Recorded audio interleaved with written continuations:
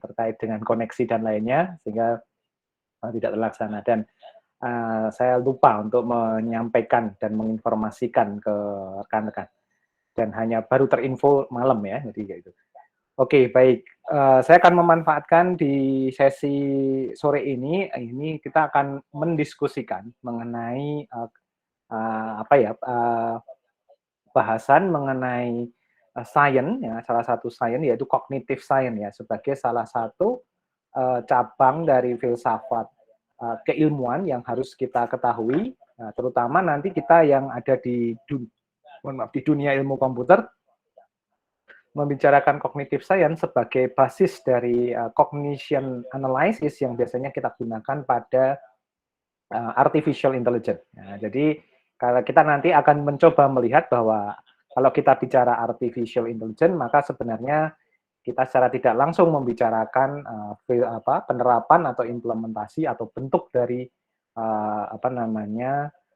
implementasi dari filsafat ilmu komputer dalam konteks ini adalah cognitive science.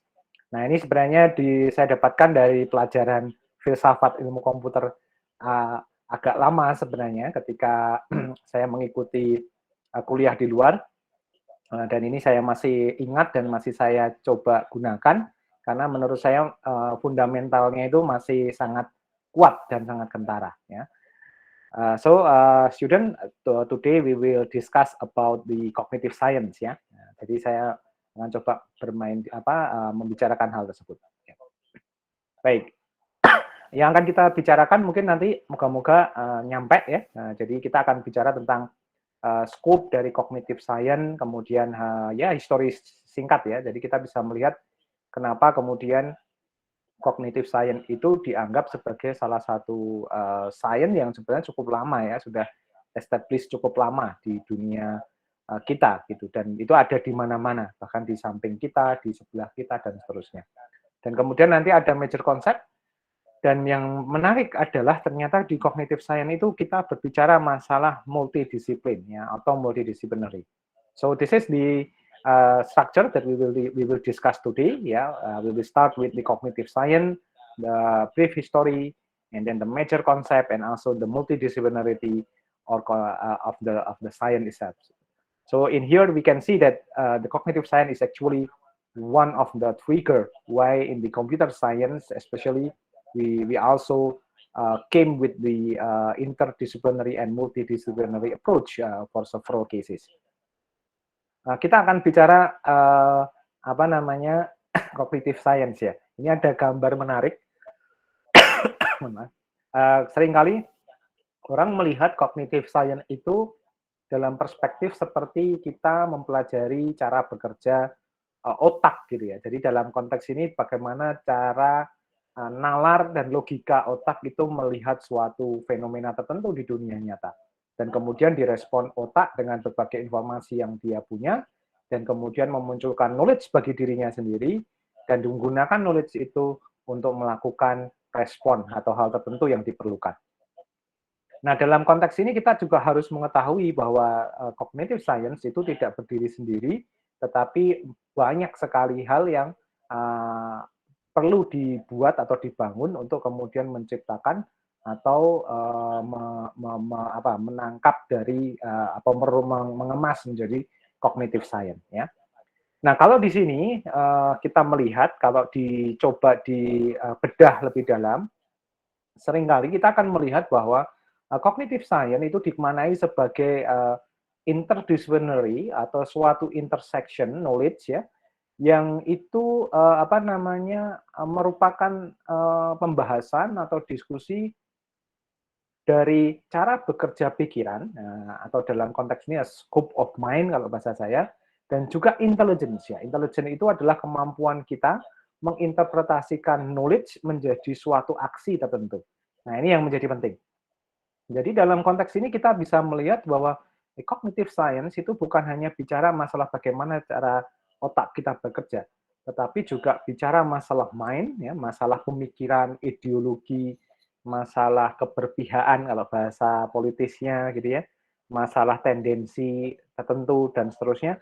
Itu yang kemudian dikombin untuk menciptakan intelligence oleh manusia dan kemudian digunakan untuk kepentingan tertentu. Kalau kita mau melihat lebih dalam, sebenarnya itu terlihat dalam implementasi machine learning atau deep learning yang saat ini terjadi atau di artificial intelligence secara general. Nah, kita mencoba ya mempersepsikan bahwa objek tertentu, katakanlah dataset itu diberi label ya, diberi label atau diberi informasi yang menjelaskan tentang data tersebut. Dari situ kita mencoba sebenarnya ingin menangkap apa yang dipikirkan oleh pikiran seorang ahli terhadap dataset itu dan kemudian dikumpulkan sebanyak mungkin sehingga kita punya pola dan pola itulah yang kemudian digunakan sebagai cara untuk memprediksi data baru yang akan muncul. Nah, ini adalah pola yang kita biasa temui secara ringkas di supervised learning gitu ya. Nah, dalam konteks ini kita bisa melihat bahwa apa yang terjadi dalam proses artificial intelligence dalam hal ini machine learning itu adalah kita mencoba menyerap pikiran dari manusia ya dalam hal ini expert tadi dan kemudian secara intelligence kita membuat model untuk memprediksi sesuatu. Nah, ini menjadi sangat penting ya. Jadi kalau kita bisa lihat ini berarti cognitive science ini punya peran penting bagaimana merekonstruksi pengetahuan-pengetahuan dan juga teknologi-teknologi yang saat ini memang sedang menjadi mainstream. Dan kita bisa melihat bahwa kalau kita bicara mind, otomatis tipe pikiran ini adalah suatu objek expert gitu katakanlah atau kumpulan expert, maka sebenarnya hanya mewakili kumpulan dari expert tersebut. Katakanlah dia the best expert of the world gitu, tetapi ya itu juga merupakan hanya kumpulan dari mereka, tidak mengumpulkan hal-hal yang terkait dengan keseluruhan umat manusia misalnya semacam itu. Sehingga mungkin jadi pertanyaan atau menjadi big question di kita. Apakah kita kemudian harus trust dengan 100% dengan artificial intelligence? Nah, itu akan menjadi diskusi-diskusi berikutnya sebenarnya. Dan sebenarnya dalam konteks ini kita juga memahami, maka maklum sekali bahwa ternyata dalam pengembangan artificial intelligence masih membuka ruang ya namanya perbaikan, kemudian nanti penyesuaian model, peningkatan kualitas model dalam proses berjalan itu menjadi sangat wajar sekali. Nah, ini adalah paling penting sebenarnya. Jadi kita akhirnya kalau kita memahami bahwa itu adalah artificial intelligence itu adalah suatu bentuk formulasi antara mind dan intelligence, maka kita jadi mengerti berdasarkan pelajaran hari ini bahwa tidak selalu AI itu akan memberikan the best option, tetapi kita jadi mengerti kalau misalnya masih ada limitasi dari AI, kita bisa menerimanya dengan baik dan tahu apa yang harus kita lakukan berikutnya. Itu yang jauh lebih penting ya dibanding kita tanda kutip gontok-gontokan dalam konteks ini akurat, ini tidak akurat. Jadi semacam itu. Nah, yang menjadi menarik adalah pada cognitive science ini membicarakan bagaimana kognitif proses itu terlibat dalam proses akuisisi, ya, akuisisi pengetahuan. Jadi semacam itu. Akuisisi itu ya mengambil, merekam, kemudian menyimpannya, ya, dan kemudian merepresentasikan atau memformulasikan sebenarnya pengetahuan yang kita dapatkan itu seperti apa. Kalau kita amati ya, di depan kalian mungkin saat ini mengikuti kuliah ini, anyway boleh sambil rebahan atau makan pisang goreng atau sambil minum kopi, terserah. Tapi intinya kalian berhadapan dengan laptop, berhadapan dengan tablet, berhadapan dengan mungkin HP kalian, atau yang lain. It doesn't matter. Tetapi yang menarik adalah kita bisa sepakat bahwa bentuk di depan kita itu laptop, di bentuk kita itu tablet, itu karena kita merepresentasi. Nah, jadi kita mencoba merepresentasi objek di depan kita yang bekerja untuk kita saat ini. Kita ketahui bahwa dia itu adalah laptop, tablet, atau smartphone. Jadi semacam itu. Nah, jadi kalau misalnya saya bilang di depan kalian itu adalah sabak, ya bisa saja itu sabak, kan begitu. Jadi itu tergantung dari representasi yang kita pakai. Jadi ini yang menjadi menarik ya. Jadi dalam konteks ini kita penting sekali untuk mengetahui representasi ini sangat human based ya. Apa human based itu ya? Sangat tergantung dari pengetahuan dan preferensi manusia ketika melihatnya. Dan tentu saja yang terakhir adalah ini ingin memotret atau merekam, mengcapture dan kemudian menyimpan human knowledge ya, atau pengetahuan atau kemampuan. Kalau saya melihat human knowledge bukan hanya pengetahuan ya, tapi juga termasuk juga kemampuan untuk bertindak. Jadi antara pengetahuan dan kemampuan ini menurut saya juga saling berkaitan. Kita punya kemampuan karena punya pengetahuan gitu ya. Kita bisa makan karena kita punya kemampuan, punya pengetahuan bahwa ini alat makan, ini bahan makanannya. Jadi semacam itu. Jadi selama kita tidak pernah punya pengetahuan itu, mungkin kita juga akan berpikir ulang untuk memakannya, kan begitu. Nah ini yang menjadi menarik. Kita bisa disuguhi suatu minuman, kita nggak tahu ingredientnya, apakah dia ada racunnya apa tidak, tetapi kemudian kita langsung minum, ya itu sesuatu yang tanpa pengetahuan. Tapi ketika kita melihat bahwa itu ada ingredient segala macam, dan kemudian kita punya keyakinan untuk melakukan sesuatu, maka di saat itulah kita mengkombinasikan antara pengetahuan dan kemampuan tadi. Dan pada titik tertentu, nah ini jauh lebih kompleks, adalah ini merupakan sebuah studi ilmiah yang mencoba untuk mempelajari bagaimana pikiran bekerja, bagaimana otak bekerja, bagaimana intelligent behavior atau kebiasaan atau culture dari kecerdasan yang kita miliki, kemudian dan itu bisa dari objek manapun ya, dari human, animals, ya, kemudian mesin, maupun hal-hal yang tidak tampak. Jadi ini adalah sesuatu yang disebut sebagai cognitive science. Saya sendiri memaknai cognitive science ini adalah gabungan atau compact definition dari 3 kalimat ini ya. Jadi secara lebih singkat, sebenarnya saya setuju kalau ini disebut sebagai process of contraction.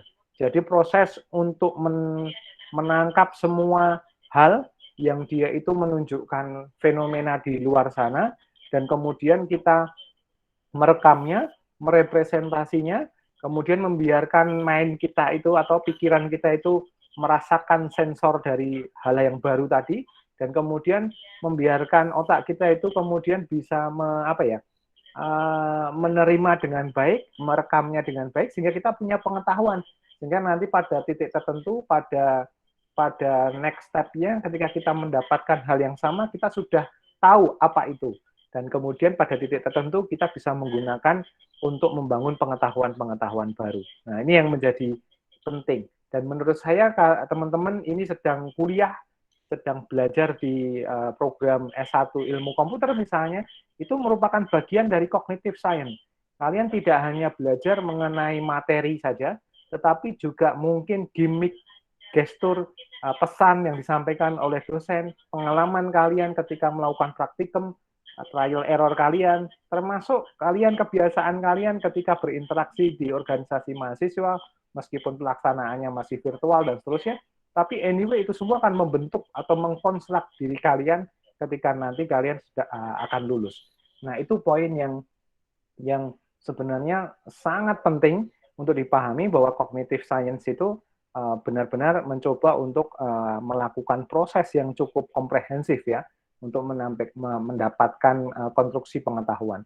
Makanya tidak heran seringkali bahwa pengetahuan-pengetahuan yang dihasilkan oleh cognitive science ini selalu berkembang dengan sangat dan lebih dinamis dibanding yang lain. Karena tadi ini memainkan aspek tadi ya, pikiran, otak bekerja, intelligent behavior dari fenomena manapun. Sehingga ketika ini kita munculkan, kita jadi mengerti juga bahwa oh ya benar, kalau kita bicara tentang algoritma-algoritma tertentu yang levelnya advance, kita melihat juga ada beberapa algoritma yang dibangun dari intelligent behavior dari hewan. Nah, dalam hal ini misalnya semut, kita pakai N-colony algorithm misalnya, dan lain sebagainya. Jadi itu yang menjadi hal yang menarik. Sehingga secara human, ada message yang penting ya buat rekan-rekan sekalian, bahwa ternyata kita tidak hanya bicara masalah, pentingnya itu adalah tidak hanya bicara masalah bagaimana sains itu bekerja, tetapi juga yang lebih penting adalah bagaimana sebenarnya kita bisa rekonstruksi ya, atau mengkonstruksi semua hal tentang pengetahuan itu dari sekitar kita, baik itu dari objek hidup maupun objek tidak hidup, objek yang tampak maupun objek tidak tampak. Nah, ini yang menjadi penting. Biasa. Jadi ini menjadi fondasi elemen mendasar, jadi semacam itu. Makanya pada level tertentu, kalau nanti rekan-rekan sekalian itu ada kesempatan untuk studi lanjut ya di level terutama di level PhD, kalian jangan heran kemudian kalau nanti di-challenge oleh supervisor kalian atau supervisor kalian di luar negeri untuk mengamati ya fenomena-fenomena di luar sana yang tidak biasa untuk kemudian kalian konstruksi menjadi prototipe sebuah algoritma baru. Nah, ini yang menjadi menarik. Nah, ini mengingatkan saya pada pengalaman ketika saya di Wina, itu ada pengalaman menarik, ini sedikit cerita ya. Jadi, waktu itu profesor saya meminta saya selama 2 hari itu tidak ke kampus ya, tetapi saya diberi tugas, saya diminta untuk duduk merekam itu dalam konteks merekam dalam pikiran dan juga merekam dalam bentuk itu ya HP gitu ya waktu itu ini pergerakan dari kelelawar burung gagak waktu itu. Jadi pergerakan dari burung gagak. Jadi di sana banyak sekali burung gagak, kemudian ada lokasi yang menjadi sentralnya dan saya diminta di sana dan mengamati pola pergerakan dia terutama ketika 3 fase, pagi hari, siang hari dan menjelang malam hari. Nah, saya waktu itu juga bertanya, hari pertama saya bertanya, ini saya orang ilmu komputer, kenapa saya diminta untuk mengamati hal tersebut begitu. Nah, saya sempat mau protes gitu ya, tetapi sebelum saya protes, tampaknya profesor saya juga menangkap menangkap hal itu, menangkap protes saya, kemudian dengan serta-merta dia menjelaskan.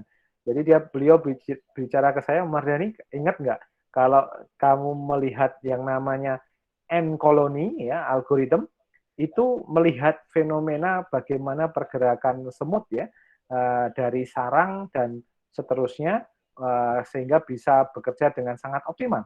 Nah, sebenarnya itu yang ingin kita buat. Nah, saya minta kamu mengamati bagaimana cara kerja dan kerjasamanya burung gagak. Jadi semacam itu. Nah, dari situlah kemudian saya termotivasi, oh ya benar juga gitu ya. Waktu itu saya juga masih punya pertanyaan coba di kepala ini bagaimana ini nanti jadinya seperti apa. Tapi saya kerjakan. Akhirnya saya rekam setiap momen ketika pagi hari itu ternyata burung gagak itu pada berterbangan ke luar hutan begitu ya. Kemudian dalam waktu singkat mereka akan kembali ke sarangnya. Kalau siang hari mereka lebih banyak berdiam diri di hutan gitu ya. Dan kalau malam mereka akan berkeliaran kemana-mana. Ternyata itu didorong oleh keinginan mereka gitu ya, oleh semacam oleh motivasi bagi mereka bagi hewan tadi oleh burung gagak itu untuk mencari makanan. Nah, tetapi yang menarik adalah formasi terbangnya itu teratur sekali. Nah, jadi gitu. Meskipun kelihatannya kerap, tapi dia punya model tertentu yang dia itu semacam ada pembagian tugas ya. Ada lead-nya, ada pemain, ada bahasa sepak bola, ada sayapnya, ada tail-nya. Dan itu semuanya punya peran. Jadi saya amati. Waktu itu kemudian di hari kedua saya mulai menangkap fenomena itu. Hari Rabunya, kemudian hari ketiga saya laporkan di lab reading dengan rekaman tadi. Kemudian saya hanya menceritakan, so far saya hanya bisa menangkap fenomena dari pergerakan itu tadi yang saya sampaikan tadi. Tapi ternyata saya surprise karena profesor saya bilang itu poinnya. Jadi kita mengamati atau mengkonstruksi pengetahuan dari itu dan kemudian kita memikirkan apakah pola yang efektif oleh burung gagak itu bisa kita adopsi sebagai algoritma misalnya di resource allocation di data center, misalnya semacam itu, untuk membagi beban atau membagi resource komputasi di data center. Nah, itu yang menarik sebenarnya. Meskipun hasilnya adalah belum maksimal, dalam artian mungkin secara performa algoritma yang kita buat dengan menggunakan burung gagak itu belum bagus ya, tidak bagus begitu. Tetapi paling tidak itu salah satu trigger bagaimana cognitive science itu bekerja. Nah, ini yang sebenarnya ingin saya istilahnya itu saya ingin dorong kepada rekan-rekan bahwa kita bisa melakukan hal yang serupa. Kita nggak pernah tahu, bisa jadi nanti kalau algoritma itu saya kembangkan terus, mungkin pada 5 atau 6 atau 7 tahun ke depan, algoritma itu menjadi salah satu algoritma advance yang banyak digunakan, seperti yang terjadi di beberapa algoritma yang lain. Nah, kan semacam itu. Nah, itulah model dari pengetahuan yang ingin kita bangun dalam cognitive science ya. Jadi teman-teman bisa melihat bahwa algoritma-algoritma yang saat ini kita nikmati semacam LSTM di deep learning, kemudian recurrent di deep learning juga, convolutional, dan lainnya, itu merupakan bagian dari proses cognitive science yang sangat panjang. Dan mungkin pada zamannya ketika diintrodusir, itu juga tidak akan banyak orang yang kemudian mengiyakan, tanda kutip ya. Tetapi pada zamannya ketika deep learning ini sudah semakin major, semakin banyak yang menggunakan dan seterusnya, pada saat itulah algoritma-algoritma itu menunjukkan taringnya, menunjukkan performance sesungguhnya. Jadi semacam itu. Nah, itulah kekuatan cognitive science. Jadi kalau secara motivasi itu mendorong kita sebagai orang-orang yang bekerja pada dunia penelitian, ilmu pengetahuan, dan kalian sebagai mahasiswa, bahwa pengetahuan itu bersifat semacam itu. Jadi dia akan selalu futuristik dan akan sangat tergantung pada zamannya. Jadi ketika kita percaya bahwa yang kita buat ini sesuatu yang bagus, maka kita bisa push dan kemudian nanti pada titik tertentu push yang kita buat ini bisa menghasilkan sesuatu terobosan di masa depan. Jadi jangan pernah menganggap remeh ide sekecil apapun yang muncul saat ini. Nah, itu yang menjadi menarik.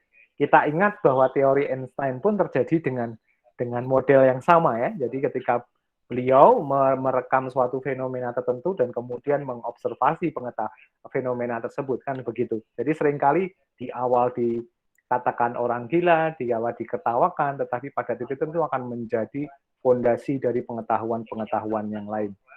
Kalau kita bawa ke ranah yang lebih religius, kita jadi makin yakin bahwa semua yang terjadi di muka bumi ini tuh semuanya itu ada skenarionya, semua ada desainnya dan ada rencana masa depannya. Jadi itu yang tugas kita sebagai orang yang berada di ilmu pengetahuan untuk menemukan desain itu dan kemudian kita pelajari, meningkatkan level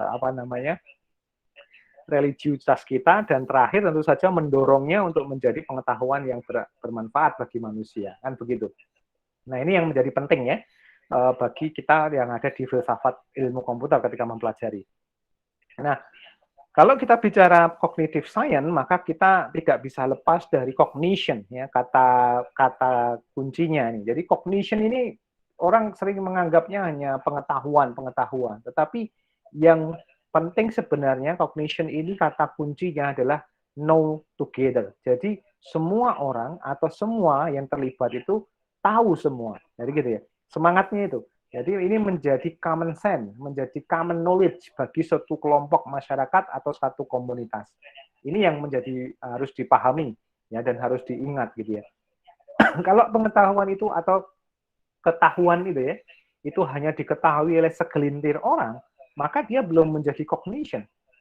Misalnya teman-teman nih tahu fenomena tertentu, tapi baru dirinya sendiri disimpan terus, maka sampai kapanpun itu tidak akan pernah menjadi pengetahuan bagi masyarakat lain. Tidak akan menjadi cognition, itu akan menjadi your own cognition. Yang penting sebenarnya ketika teman-teman menangkap fenomena itu, didiseminasikan kalau bahasa sekarang, atau dipublikasikan, disampaikan kepada khalayak, sehingga orang kemudian menangkap menjadi sesuatu yang sama, dan akhirnya menjadi pengetahuan bersama. Nah, know together ini sebenarnya lebih ke arah tadi ya, pengetahuan bersama. Kalau dalam bahasa yang lebih ilmiah, maka dia adalah collection of mental processes ya. Jadi ini adalah sebuah koleksi dari proses mental dan aktivitas untuk apa? Perceiving ya, perceiving, learning, kemudian thinking, understanding, dan remembering all the thing on the cognition construction. Jadi semua hal yang mendukung cognition science, konstruksi itu prosesnya kita lakukan menjadi pengetahuan bersama. Dalam hal ini ketika dia melakukan perceiving, kemudian dia melakukan learning, thinking, understanding, dan remembering. Makanya ini menjadi penting.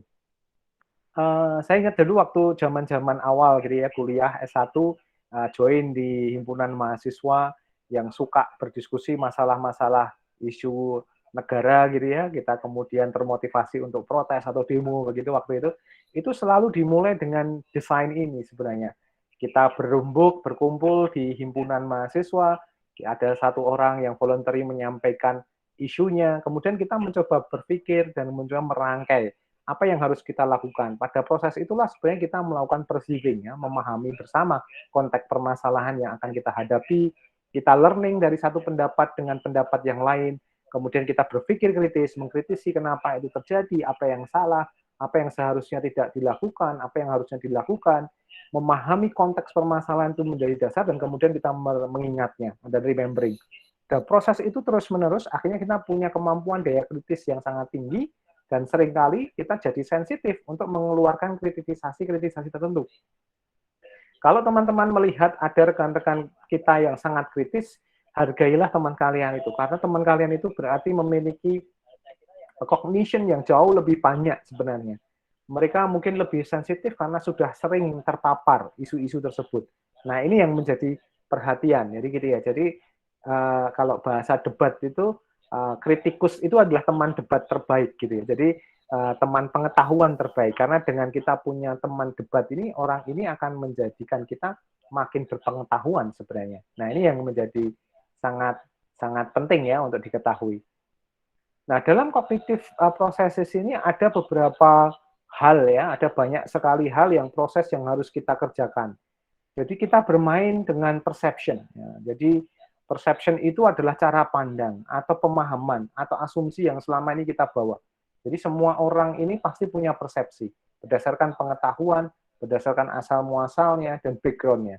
Nah, semua orang tidak terhindarkan itu pasti punya hal itu semua. Nah, tinggal bagaimana kemudian persepsi awal ini kita mainkan atau kita manage agar mendukung visi ke depan, ya, visi ke depan kita. Jadi jangan sampai kita terjebak karena saya sudah punya asumsi semacam ini, persepsi semacam ini, saya nggak mau menjalankan. Saya punya loh teman peneliti yang menganggap bahwa AI itu sesuatu yang sebenarnya tanda kutip haram. Karena apa? Karena itu seperti mengakuisisi kekuasaan Tuhan untuk menentukan sesuatu. Coba bayangkan. Jadi semacam itu. Jadi kan masalah, karena masih berkutat dengan persepsi ya. Kita nggak perlu harus melawan dia sampai mati begitu ya. Tapi yang paling penting adalah sebenarnya kita itu tadi menangkap bahwa oh ya ternyata untuk urusan AI pun kita akan berhadapan dengan orang-orang yang punya persepsi atau narasi pemahaman yang mungkin berbeda, sangat ekstrim, dan kita harus memahami. Tidak hanya di isu agama ya, jadi kayak gitu. Kita bicara isu cloud computing misalnya gitu. Nah, itu saya punya persepsi bahwa teknologi cloud itu seharusnya ya kita develop sendiri, tidak menggunakan service di luar, agar datanya aman, teknologinya aman, dan seterusnya. Tapi mungkin orang di luar itu akan bicara juga, wah itu jadul sekali, Mas. Ini zamannya kolaborasi, jalannya open, dan segala kita boleh pakai Azure, pakai AWS, pakai Alibaba, dan lain sebagainya. It doesn't matter gitu ya. Nah, itu namanya perception. Tetapi hati-hati, perception juga tidak boleh menghilangkan yang namanya visi atau idealism. Ya, itu yang menjadi penting. Jangan sampai hanya karena masalah visi, agar kemudian macam-macam idealismenya kita menjadi turun. Ya, jadi semacam itu. Nah, ini menjadi penting. Maka nanti akan kita punya vision, audition, olfaction, traction, itu akan menjadi satu hal kompleks ya, atau satu paket yang harus kita pahami. Kemudian nanti kita butuh attention. Jadi cognitive proses ini butuh attention, ketertarikan, butuh trigger yang membuat kita menoleh, membuat kita jadi ingin tahu. Itu penting ya. Kemudian karena dengan keingintahuan itu akan membuka ruang memori kita. Nah, jadi teman-teman mungkin dirasakan nggak, kalau kita tertarik dengan sesuatu, maka kita akan merekamnya dengan cepat. Tetapi kalau kita nggak tertarik, memorinya nggak akan cepat, gitu ya. Kenapa? Karena attention itu penting. Jadi kita harus membuat attention, gitu ya. Jadi semacam itu. Ya sama seperti saya ngajar kuliah ini, kalau tidak bisa membuat attention kalian, pelajaran ini hanya akan lewat saja seperti air bah gitu. Tidak akan mendapatkan bekas apapun. Nah, itu namanya memori. Dan terakhir nanti kalau kita punya memori, kalian punya learning. Learning itu bisa saat ini, bisa masa depan. Mungkin apa yang kalian dapat hari ini, baru kalian akan rasakan learning prosesnya itu nanti ketika bekerja. Ketika kalian dihadapkan dengan isu antara realism dan idealism dan lain sebagainya. Nah, kenapa itu terjadi? Karena itu nanti akan membangun kita, membangun rekan-rekan punya kemampuan thinking skill ya, berpikir. Kemampuan berpikir ya. Kemampuan berpikir ini bukan hanya menggunakan otak untuk memilih opsi A atau B, tetapi lebih dari itu, reasoning. Kalian mencari pembenaran, mencari alasan, mencari scientific source-nya. Itu adalah reasoning. Makanya di ilmu pengetahuan, selalu bicara literatur review, selalu bicara masalah referensi, itu karena kita di-trigger dengan reasoning, ya, jadi semacam itu. Dari listening, kalian akan punya pengetahuan untuk planning atau melakukan perencanaan secara detail, merencanakan penelitian, merencanakan invention, merencanakan macam-macam, termasuk nanti decision making, mengambil keputusan jalur mana yang akan kalian ambil, dan terakhir nanti adalah menyelesaikan permasalahan yang mungkin itu nanti akan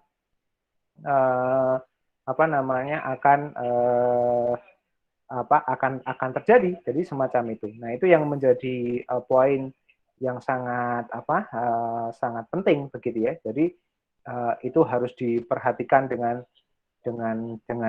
sangat, jadi semacam itu. Nah, nanti yang lainnya tentu saja ada language competencies ya. Jadi kita juga berhadapan dengan language competencies. Banyak sekali pengetahuan itu bordernya adalah language ya. Disajikan dalam bahasa Indonesia, ada yang disajikan bahasa Inggris, bahasa Arab. Ini saya lagi tertarik beberapa paper yang menggunakan bahasa Arab, karena ternyata penelitian-penelitian di Arab Saudi dan seterusnya itu powerful ya. Ternyata powerful sekali, dan kita kehilangan momen karena kita nggak punya bahasa Arab. Meskipun ada Google Translate ya, tapi kan beda. Jadi comprehension dan prediction. Nah, nanti kita harus berhati-hati, kadang ada volition, ada intentional action, dan juga ada social cognition. Nah, di mana kognitif sosial ini juga menjadi penting. Nah, kemudian nanti kita akan berhadapan juga dengan consciousness ya. Consciousness ini juga menjadi satu hal yang harus kita perhatikan. Nanti akan dibicarakan berikutnya. Nah, berikutnya emotion. Nah, emotion ini juga bagian dari cognitive processes. Nah, kalau bahasa kita di NLP, nah kita bisa melakukan prediksi emosi ya terkait dengan bahasa yang digunakan dalam posting di sosial media misalnya gitu. Tidak hanya, makanya kemudian kita representasi dalam bentuk sentimen positif, negatif, dan netral ya, dan itu yang menjadi penting. Tetapi yang menarik kalau saya yang paling suka dari cognition itu adalah kita diberi ruang meskipun sangat scientific, sangat realism, tapi kita masih diberi ruang untuk melakukan imagination. Nah, imagination itu kita masih diperbolehkan untuk menyampaikan ide atau memberikan gambaran masa depan itu akan seperti apa. Nah, jadi semacam itu. Nah, nanti secara detail itu akan kita rekonstruksi impian masa depan itu menjadi metacognition atau menjadi pola-pola konstruksi pengetahuan kecil di masa depan. Jadi misalnya saya membayangkan nanti Indonesia itu akan masuk di level smart nation menggunakan platform society 5.0. Nah, itu imagination saya. Tapi metacognition-nya saya kemudian breakdown. Smart nation yang saya maksud seperti ini. Nah, platformnya jadi kayak gini, anunya jadi kayak gini, dan seterusnya. Nah, itu namanya metacognition. Seringkali mungkin kalau teman-teman suka menggambar masa depannya secara abstrak di kertas atau apa, kan semacam itu ya. Nah, kayak gitu. Jadi waktu saya masih ingat dulu waktu SMA itu ada pelajaran yang namanya cara berpikir. Jadi ada mata kuliah khusus, mata pelajaran khusus namanya cara berpikir. Itu tugasnya cuma satu. Kami misalnya membayangkan stadion sepak bola di luar negeri. Saya diminta menggambar stadion itu ada isinya apa saja. Jadi seperti kayak arsitek tapi versi abstrak begitu ya. Nanti saya diminta menggambar lintasan F1 dan seterusnya. Nah, itu terjadi. Itu memang otak dirangsang untuk berpikir, bermain imagination. Nah, ini yang menjadi penting untuk dilakukan. Jadi jangan menyepelekan hal-hal semacam itu ya. Nah, kemudian ini menjadi penting, cognitive science ini sudah sangat lama ya, sudah menjadi pembahasan sejak tahun 85 misalnya gitu ya, oleh Gardner. Tetapi secara akar filosofinya itu memang tadi ada dari sisi rasionalisme dan empirisme ya. Dan kemudian nanti ada aritmetik dan logik. Jadi gabungan dari semua itu. Nah, ini yang menjadi menarik sebenarnya bisa menjadi salah satu yang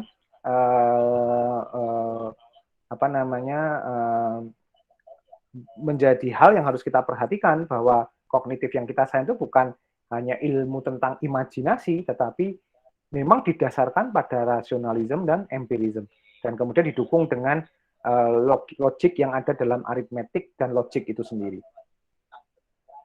Nah, ini penting sekali untuk diketahui. Nah, ini kita bisa lihat di tahun, wah lama sekali, 5 abad yang lalu ya, itu sudah terjadi ya, antara Descartes ini bicara masalah Cartesian dualism ya. Ini adalah distinction between body and mind ya. Jadi coba dibayangkan. Jadi sudah bicara bagaimana mengkonstruksi cara berpikir pikiran. Kemudian ada rationalist position ya, reason atau alasan.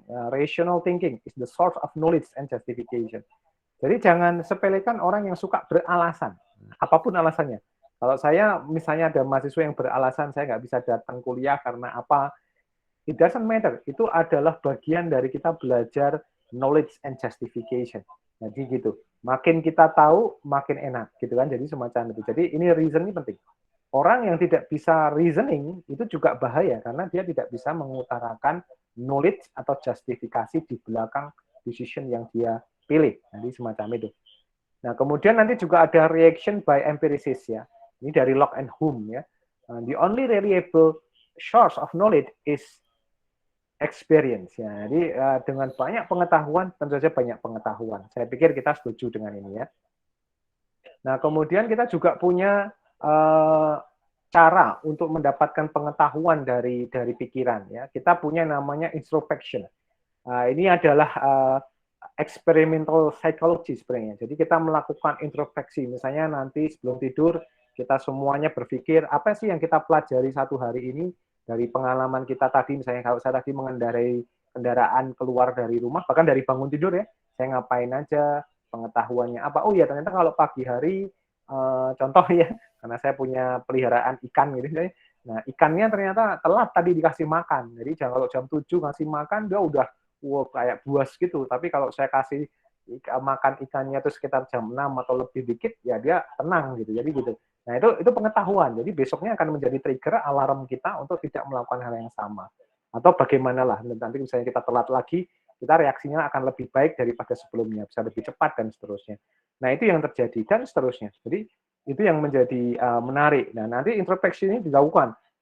Apalagi kalau introspeksinya di level yang sangat religius ya, kita menghitung kebaikan kita hari ini sampai keburukan yang kita lakukan hari ini.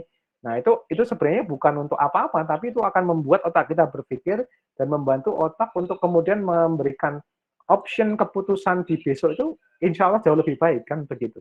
Nah, ini yang menjadi penting dari introspection tadi itu seperti itu cara bekerjanya. Sama seperti kita bermain algoritma. Ketika kita menemukan bug dan lain sebagainya, begitu kita sering menemukan bug, itu akan men-trigger kita untuk kemudian menghindari bug itu di masa depan ketika kita membangun source code baru. Begitu. Jadi semacam itu. Jadi kalau misalnya ada yang menemukan bug, misalnya saya punya tim, saya tidak akan pernah itu menyalahkan kejadian bug. Bug itu pengetahuan. Jadi semacam itu. Nah, tinggal nanti kita mencoba untuk mencari cara agar tidak terulang, timbul bug lagi.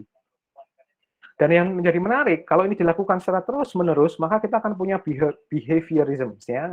Jadi ini reaction to the subjectivity of introspection. Jadi semacam itu. Nah ini sangat kentara juga. Nah ini didukung dengan penelitian-penelitian psikologi ya ternyata ya. Jadi itu yang dilakukan. Dan sebenarnya kalau kita lihat ini kan di artificial intelligence pun ada ya. Jadi semacam itu. Di AI pun itu juga terjadi. Nah ini yang menjadi menarik sebenarnya. Bahwa kita melakukan introspeksi, melakukan model training, kemudian kita uji, ya kita uji itu kita membuat behavior, bisa memprediksi dan seterusnya, dan akhirnya kita validasi, kan begitu.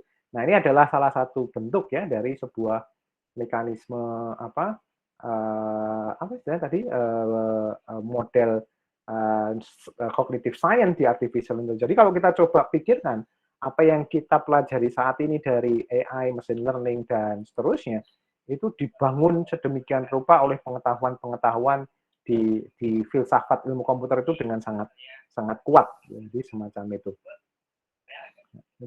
itu. Nah, itu yang menjadi penting. Jadi yang harus dilihat. Nanti ada banyak jadi beberapa historical background yang harus kita lihat. Jadi karena cukup banyak ya. Jadi ada logical tradition, analitik filosofi. Nah, coba bayangkan. Di analitik filosofi ini saya menemukan beberapa memang menjadi dasar juga pada level big data analitik atau data analitik ya, atau data science yang selama ini kita kenal. Nah, ini menarik karena kadang akhirnya muncul yang namanya cognitive analytics. Jadi kita analitik dari sudut pandang behavior dari penggunanya, dari orang yang menjadi objek dari analitik itu, atau benda yang kita gunakan sebagai analitik.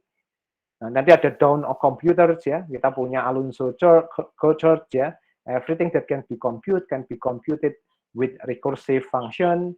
Kemudian Alan Turing ya, ini kemudian nanti ada lain-lainnya. Jadi semacam itu. Jadi semacam itu. Jadi nah, ada lagi nanti John Newman, kemudian Shannon, information theory, ini juga sangat fenomenal. Itu semuanya muncul dari situ. Jadi kalau kita lihat di historical background dari cognitive science ini cukup kuat ya, jadi cukup menjadi dasar ya. Kemudian ada cybernetic dan lain sebagainya. Nah, ini menjadi menarik. Dan ini menariknya adalah sudah mulai muncul aspek teleologi ya. Ini menjadi menarik. Saya juga lagi belajar ini apa nih sebenarnya di dalamnya. Nah, ini bisa kita nanti pelajari di masa depan ya. Nah, kemudian di AI, nah itu juga kemudian masuk ke situ. Nah, ini yang menjadi tantangan bagi kita bahwa ternyata yang namanya cognitive science itu sangat sangat luas. Dan ini baru bicara histori ya. Nah, nanti minggu depan saya akan lanjutkan lagi, nanti kita masih belajar mengenai cognitive science untuk melihat yang lebih detail lagi ya, bagaimana cognitive science itu komponen dan juga yang lainnya, sehingga nanti memudahkan kita menjadi lebih menarik ya, terutama nanti relasinya untuk keperluan kita di ilmu komputer yang terkait dengan ini ya, jadi information processing ya, data dan algoritma ini yang akan menjadi poin pentingnya nanti. Oke, baik. Itu kira-kira untuk pemaparan materi saya hari ini. Sebelum saya tutup, sebentar. Mungkin jika ada yang ingin berdiskusi, saya persilahkan. Ini sambil saya